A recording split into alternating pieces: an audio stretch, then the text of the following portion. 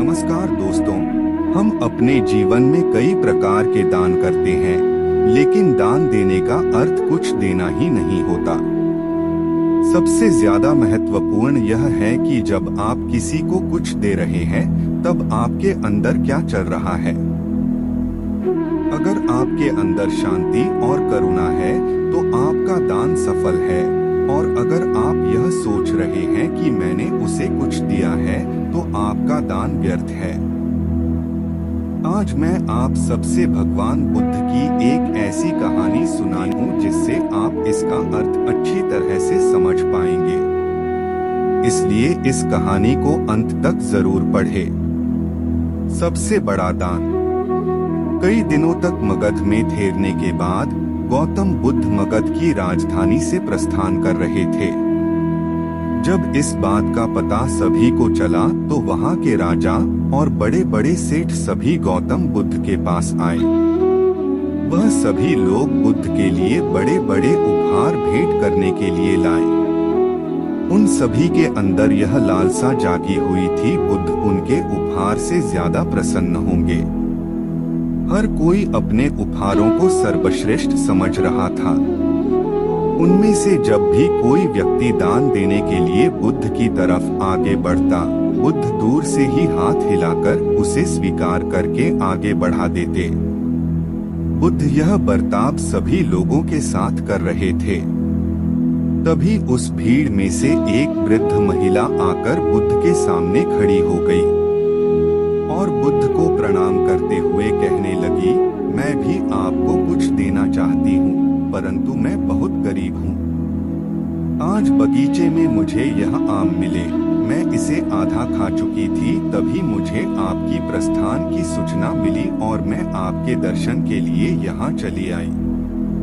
मेरे पास खाए हुए आम के सिवाय आपको देने के लिए कुछ भी नहीं है।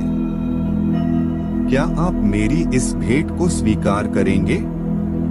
बुद्ध अपने आसन से उठे और उस वृद्ध महिला के पास जाकर और अपनी झोली फैलाकर उस आधे आम की भेंट को बड़े ही प्रेम पूर्वक स्वीकार किया।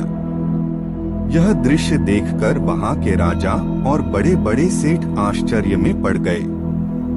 वहां के राजा महाराज बिंदुसार से रहा नहीं गया और वह बुद्ध से कहने लगे, भगवान एक से एक महंगे और बहुमूल्य उपहार तो केवल अपने हाथ हिलाकर ही स्वीकार कर लिए, परंतु इस वृद्धा के जुटे आम में आपको ऐसी क्या विशेषता दिखी जो आपको अपना आसन छोड़ना पड़ा?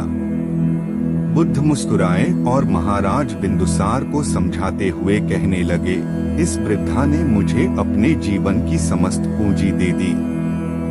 आप लोगों ने मुझे जो भी उपहार दिया, वह तो आपकी संपत्ति में से छोटा सा अंश मात्र है। अपने दान तो दिया, लेकिन दान देने का अहंकार अभी भी आपके अंदर से गया नहीं। इस वृद्धा ने मेरे प्रति अपने प्रेम और श्रद्धा को दिखाते हुए अपना सब कुछ मुझ पर समर्पित कर दिया। फिर भी इसके मुंह पर असीम शांति और करुणा है। फिर बुद्ध राजा बिंदुसार को बताने लगे, सच्चे मन से दिया हुआ दान ही सच्चा दान होता है। उन सभी धनी लोगों को अपनी गलती का एहसास हुआ और सभी बुद्ध से क्षमा मांगने लगे। तो दोस्तों, मुझे उम्मीद है कि आपको यह कहानी सबसे बड़ा दान बहुत अच्छी लगी होगी और मैं यह भी उम्मीद करता हूँ कि आप इस कहानी से कुछ सीख पाए। अगर आप मोटिवेशनल स्टोरीज, इंस्पिरेशनल स्टोरीज और हिंदी कहानियाँ पसंद करते हैं और इसी तरह और भी ऐसी कहानियाँ पढ़ना चाहते हैं, तो फिर लेजेंड्स मोटिवेशन को सब्सक्राइब जरूर करें। Thank you.